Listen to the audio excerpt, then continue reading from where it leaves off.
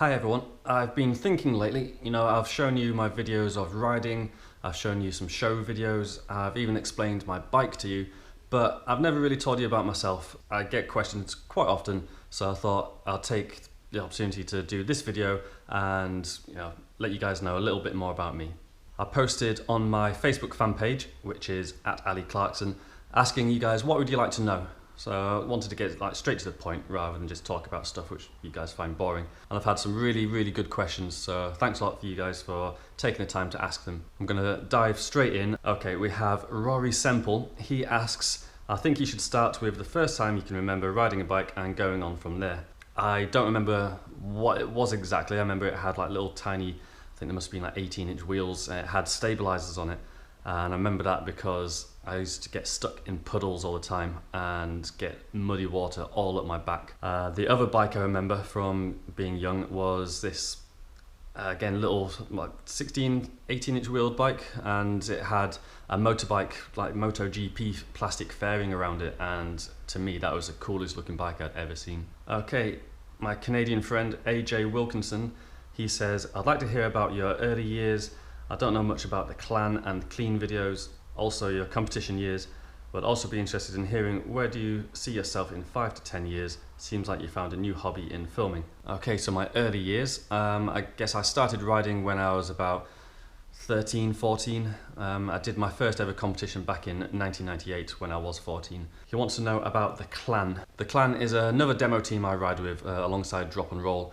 It was started by Ian Withers and Danny McCaskill. They'd been going for a few years. This is before Danny got famous, and then obviously he made his 2009 video and became one of the most famous cyclists in the world, and he got a bit too busy to do the shows. We kind of knew of each other previously, but we didn't really know each other that well, but he liked my riding and asked me to take his place on the team. I jumped at the chance and I've been doing it ever since. The clean videos, they are made by Mark Westlake, and I met Mark actually first time by accident when my bike got stolen and he helped me get it back. And then he applied for a job at Tarty Bikes where I was working at the time, and he came up, had the interview and got the job. This meant he moved up and he needed somewhere to stay, so he actually moved in with me, which was great. And he's got a previous history of trials riding, then he went to BMX and he's got a degree in media, and it's been absolutely fantastic. Previous to that, I was only in a handful of videos. I didn't really have that much media out. Having Mark around who enjoyed filming and enjoyed editing and taking pictures and enjoyed just traveling and seeing the place, so it was great. We used to travel to a city every weekend and he would film, and yeah, that's how clean came about. Where do I see myself in 5 to 10 years? And hopefully doing exactly what I'm doing now. I'm enjoying riding, it's good fun, I get to travel. So as long as my body can stay fit and healthy, then I'm gonna do this for as long as I can. I could maybe start going more into photography, although I'm gonna have to work on that so much because I'm rubbish at it. I'd like to do a little bit more if I can. Okay, we've got Chimpy. He asks, could you talk about the transition from comp to streety riding? I know you kind of started doing both, I think, then you seem to push compy riding quite a bit, now just 24-inch street stuff. I think that's very interesting. That's the sum of all those parts that makes your riding so great and high level now. Cheers, Chimpy. Back when I started riding, there wasn't a difference between a comp bike and a street bike. It was just all one. It was just a trials bike. They had seats, they had gears, and if you built up a comp bike from back then, now it would be considered a very streety bike. And I think that paved the way for my style of riding. So I didn't start on a really specialist extreme comp bike. I started on very much an all-round bike. As I progressing the comps, the bikes did get more and more specialist, which I followed because I was getting quite into my comps. And after a while, the bikes started to get so extreme and the bottom brackets got so high, they just stopped riding like bikes to me. They started just being like hopping machines, and I just didn't enjoy riding them. And it seemed to be competitive in the comps. The sections were being designed in such a way that you needed the high bottom bracket for clearance, you needed the back wheel accuracy. I wasn't prepared to sacrifice my bunny hops just to ride a bike like that. It was at that point that Inspired came out with a prototype Hex and asked me if I would like to ride it. I built this Hex up and I never touched my comp bike again. This Hex was almost just like going right back to the beginning. It was right back to why I enjoy riding. A bike that can just do everything. I could ride comps on it if I want. I could go ride rocks, logs, I could go ride street, I could ride skate parks, and to me that is the essence of trials riding, being able to ride whatever you want just on the same bike. Right, this is where I'm gonna absolutely murder some names, so if I say your name wrong, I apologise. I'm just absolutely hopeless at this. So we have FIFO or Fefo Strada. He asks, which other extreme sports you've tried, especially and maybe more in-depth bike ones, but you know, all the others too, snowboard, wakeboard, have you tried anything else just for fun on maybe a day, and how did it go? I've tried a few sports. I actually really love downhill. I used to do quite a bit when I was younger, and I really enjoy doing it. It's one of the most fun things to do on two wheels. Another one I really enjoy, again, one of the most fun things I've ever done on two wheels, is motorbike trials. I used to do a bit of snowboarding, nothing too much, I just went on a couple of holidays, and again, that's absolutely amazing. Other than bikes, that's one of the most fun things I've ever done. A couple of years ago, I tried wakeboarding. One of my friends, Colleen, has a boat and a board, and persuaded me to come out. And yeah, I thought it was going to be quite easy. You know, I can stand up on a snowboard. I thought, oh, I can stand up on a wakeboard, no bother. It was the hardest thing I've ever tried. I did eventually manage to stand up, but I was so wobbly. I looked like a complete idiot. And yeah, I had to eat some humble pie. It was just the most difficult thing I've ever done. So yeah, fair play to anyone who can wakeboard. He also wants to know something about my hobbies and passions that people would never expect me to do. I don't really do anything too unexpected. I really like bouldering, and that's really good fun. I'm quite into art and design. One thing I'm interested in is just wildlife in general. Before I was into bikes, I wanted to be like David Attenborough. I wanted to go and do wildlife programs. So yeah, just anything to do with animals I'm really interested in. Okay, I hope I say your name correctly. It's Simeon Nikolov. He says, hey Ali, I have some problems these days, so I'm going to ask you, do you have days where you feel tired and you don't feel pleasure from riding? Do you take breaks? For how long, how often? Greetings from Bulgaria. Alright guys from Bulgaria, how are you doing? Okay, do I have days where I feel tired and don't have any pleasure from riding? Yes, I think everyone does every now and then. You know, you do something so often, you're not going to enjoy it every single day. I think it's important that if you do have an off day, just don't get down about it. Everyone has days where they don't enjoy it. I find if you try and force it, it can also make it worse. So maybe if you're having a bad day, just find something else to do, take your mind off it. Occasionally, yeah, if you have to take a break, then take a break. If you stop riding, it won't be long until you get the bug again and you just want to get straight back out on the bike. I think the longest time I've ever voluntarily taken time off the bike was about 4 weeks. But I don't take time off that often. I might have the occasional week where I don't ride, but I soon get the bug again. Going to do a shout out for Ron Mountain Bike from India. He sends like one of the the nicest, most sincere messages I've ever had, so cheers Ron. Stefan asks, what tricks do you use to win the mental game? What drives you to push on when hurting? Tips for a speedy recover from minor fails. Keep up the great work. Cheers Stefan. Okay, the mental game. I find when out riding, it's absolutely vital that you concentrate on the positives. You know, if you're out and you're getting scared, don't think about what could go wrong. Think about what could go right. Think about every step and how you're going to do it. And I find half the battle is just visualizing how you're going to do something. So if you can picture something in your head, it's very likely you can actually do it in your body as well. You just need to get your mind in the right place. If I'm hurting, I just think of all the good things that I've done, all the good things that are going to come. You know, I could be in a lot worse situation. There's loads and loads of people out there who do jobs they hate, and I'm here, you know, riding a bike for a living, so that keeps me going. Any tips on speedy recovers from minor falls? If you get cuts and scrapes, then you know it happens. I get cuts and scrapes all the time. A really good trick to get those healed really quickly is to get some really good quality honey and put those on the wound, and you know that will heal really quick. Okay, Shub Raphael asks, I would like to know if you're doing some exercise to work body explosivity. Do you have any mental preparation before shooting a banger? How do you manage your fear? Do you still think about lines before sleeping? Do I work on any exercises? Yes and no. I'm not really a gym person. I don't like going to the gym. If I had some stuff at home, I would do it. So I don't really work on anything really. I just do a bit of climbing and that's about it. Do I have any mental preparation before shooting a banger? Like I've said previously, I just think of all the positives. I think of what's going to go right rather than what's going to go wrong. And that's how you manage your fear as well. You just think of all the positives. You don't think about how the bike might break. And then, yeah, if you only think of the positives, then more likely to do it. We'd also like to know more about my paint hobby. Back in college, I did art and design and graphic design. I occasionally paint and draw, but I don't do it that often. It's just a little bit of a hobby that I have. I find it's good to unwind and express myself at times. He also wants to know about what I think about the future of the sport.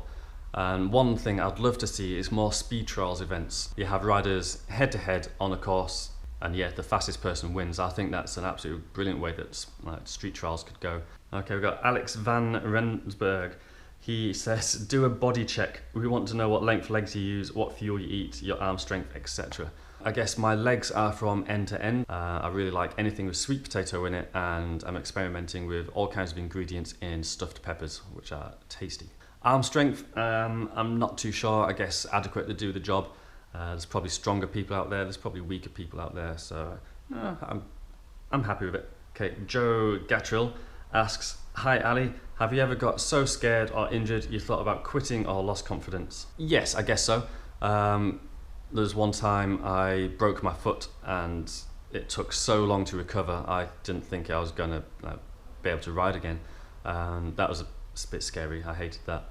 And also last year I was trying a backflip out of a kid's plaything, and it kind of went wrong. I didn't hurt myself or anything, but that's really put a mental block on me for doing backflips now. So I used to do backflips in every show, like off a mini kicker and sometimes off a big kicker in clan shows, and ever since then I've just got the fear and I've not dared do one. I just need to get back to a skate park and just get learning them and just get the confidence back on those again. Okay, Rudro Wibner, he asks, in the very beginning, what inspired you to ride trials and why did you choose to be a trials rider? Okay, right back in the beginning, I had bikes, my friends had bikes, and we would just go out and do skids and wheelies and we'd challenge each other, who could get up the biggest pavement, who could get up the biggest wall, who could drop off the highest thing. And there wasn't any Facebook, there wasn't really any internet, and we didn't know what we were doing was trials riding. And it wasn't until years later that I got a magazine and it had some information about trials in it, and I was like, whoa, that's exactly what we do. And it was amazing. It's almost like I just found out what I was doing was a legitimate sport, and it was just exclusively for doing tricks on bikes. So I thought that was amazing. I think if I'd seen a BMX magazine or seen BMX on TV, I might have gone into that as well, because I was so into the tricks. And BMX pretty much is the most ultimate tricks going, so yeah, it was just luck of the draw that I got into trials. Okay, Razvan, he asks, what was your first trials bike? Who are your favourite riders? My first bike that I did trials on was a GT Avalanche. It was a 1996 model, 18-inch frame, pure cross-country bike. It had cantilever brakes, super long stem with narrow bars. It had skinny cross-country tyres and a triple chainring. I didn't even put a bash guard on that thing. And yeah, I rode a year's worth of competitions on that and it was brilliant. I've still got the frame at home. My first actual trials bike was a Pashley 26 gigahertz. That was one of the best frames going at the time, and it's considered a very streety frame these days, but back then it was like one of the best competition bikes you could get. Who are my favourite riders? Well, the riders that got me into it were my favourites back then and still my favourites now. So we have Eddie Tung, who rode a Pashley and was one of the reasons why I wanted to get one. It had the smoothest style going. It was just amazing to watch him. We had Chris Akerig, who used to ride in some of the comps I used to go to, and he had such a unique style and such a cool way of getting through sections in comps, which is usually really fast and aggressive, and I've never seen anyone else ride like him.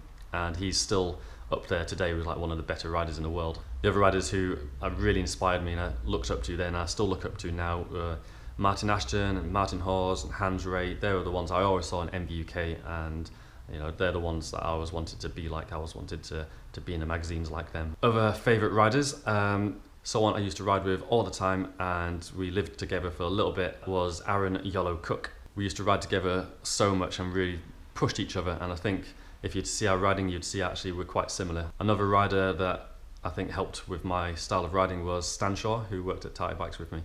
And he taught me how to be smooth on a bike and how accuracy and no correction hops just looks amazing. Another rider I really like is James Barton from Canada. He's a competition trials rider, gone BMXer, now gone to street trials, and he seems to be one of these guys who can just pick up a bike and get amazing on it. So I think he's one of the most exciting riders to watch out there in a minute. He can do stuff that no one else is doing. And then the obvious one would be Danny McCaskill. He just seems to be able to do anything he wants. He comes up with the most outrageous ideas and you wouldn't think they were possible, and yet he goes and does them. So yeah, he's an amazing rider. Okay, we've got Loic Boyer. He says, what inspired you to go farther? I read MBUK religiously every month, and I'd always see all the big names in it. So Martin Ashen, Martin Hawes, Ackers, Hans Ray, they would always be in the magazine. And I was like, that is what I want to do. That is where I want to be. I want to be in the magazine. I want to be going on these road trips. And my ultimate goal was to be on the cover of MBUK. So that was what always pushed me. I always wanted to get good enough that MBUK would notice me and ask me to do a Photoshop. Unfortunately, MBUK these days have gone more cross-country. They don't really have as much trials in there. I've not seen a trials rider on the cover for years, so I think maybe that dream's not going to happen, unfortunately. Joe Croft says, what kept you going, as in what gave you enough influence or inspiration to carry on when you got stuck or if you ever got bored? Now, I always remember one thing my dad said to me. He was a marathon runner, and he said that progression happens in steps. Sometimes you might be on a step for a day, you might be on a step for a week, but sometimes you might get onto a step and then you stay there for months and months and you feel like you're never going to get better, you're never going to get into that next step. He taught me that how long you're ever on a step for, if you don't feel like you're ever going to progress, as long as you keep trying, as long as you keep doing what you're doing and don't give up, you will eventually get onto the next step. I've had times when I've been on a step probably for about a year and I've not progressed at all, and I've thought, you know, this is it, this is as good as I'm going to get. But no, as long as you do keep on trying and you don't give up, you will get onto the next step.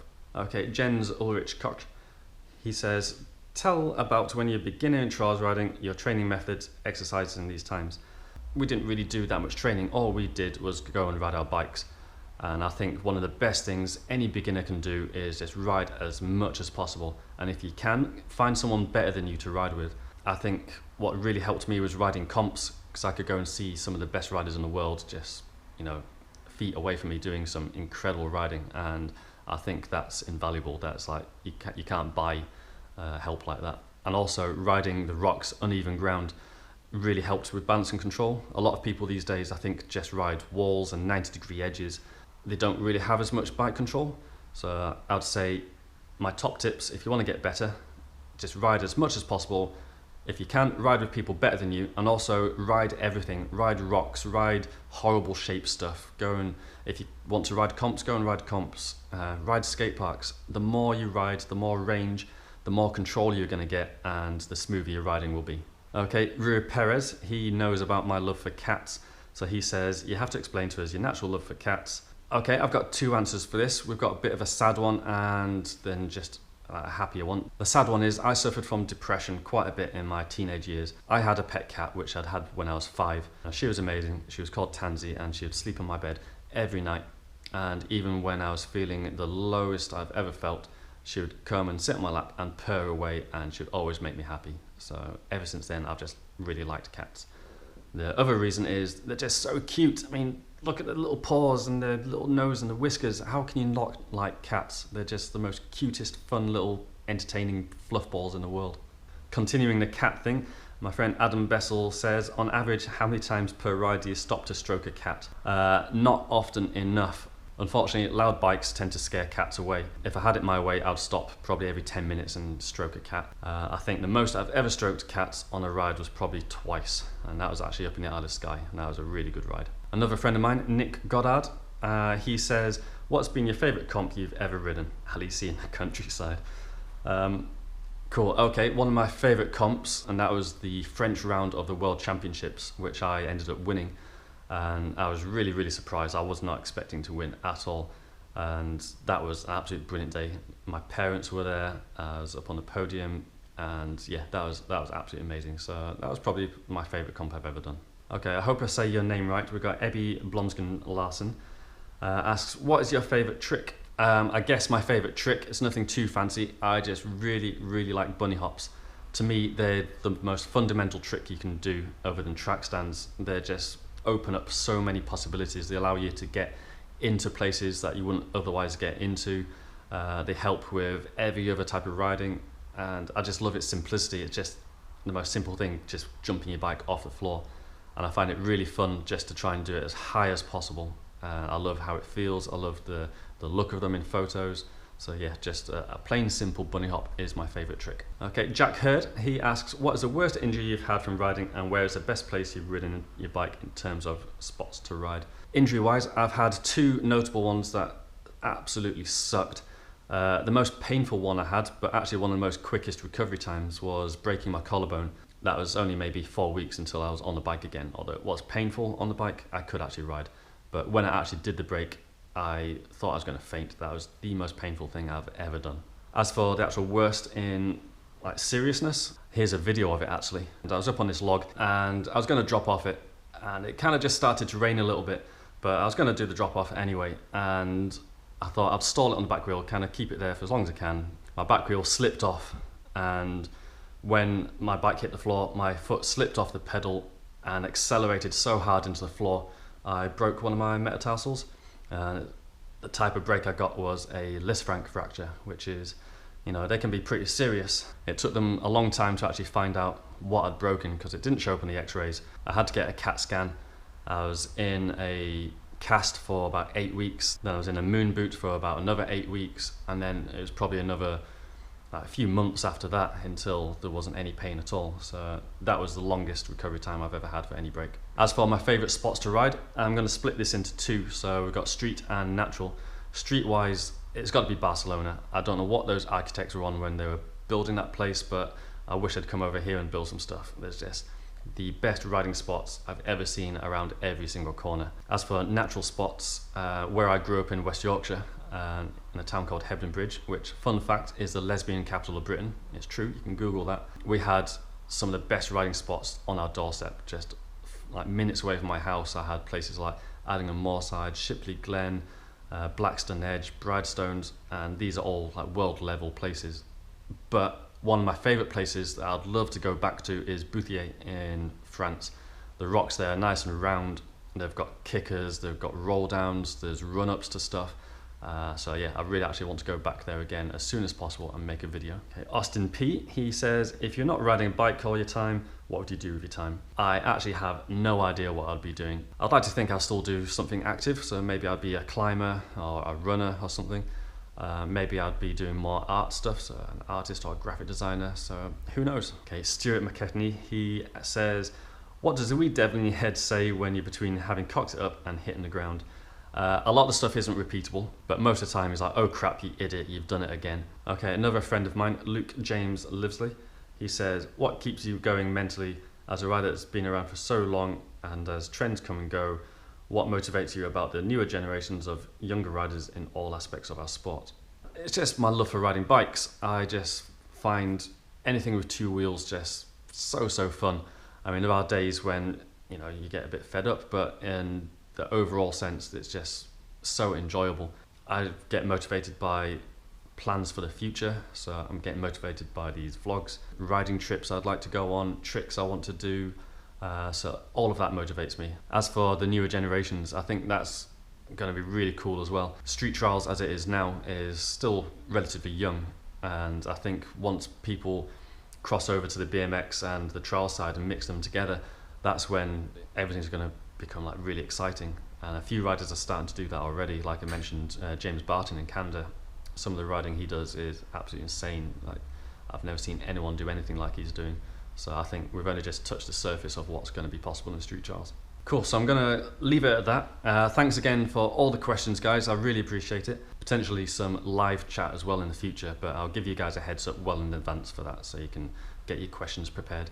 I hope you found this video interesting. Hopefully you know a little bit more about me now. Please, if you haven't been onto my Facebook fan page, go check it out. Same with my Instagram, it's @Ali Clarkson. And I'd love it if you guys were to subscribe, to follow and to like, and show me your support. That'd be really appreciated. I guess I'll see you guys next week, and yeah, have a good one. See ya.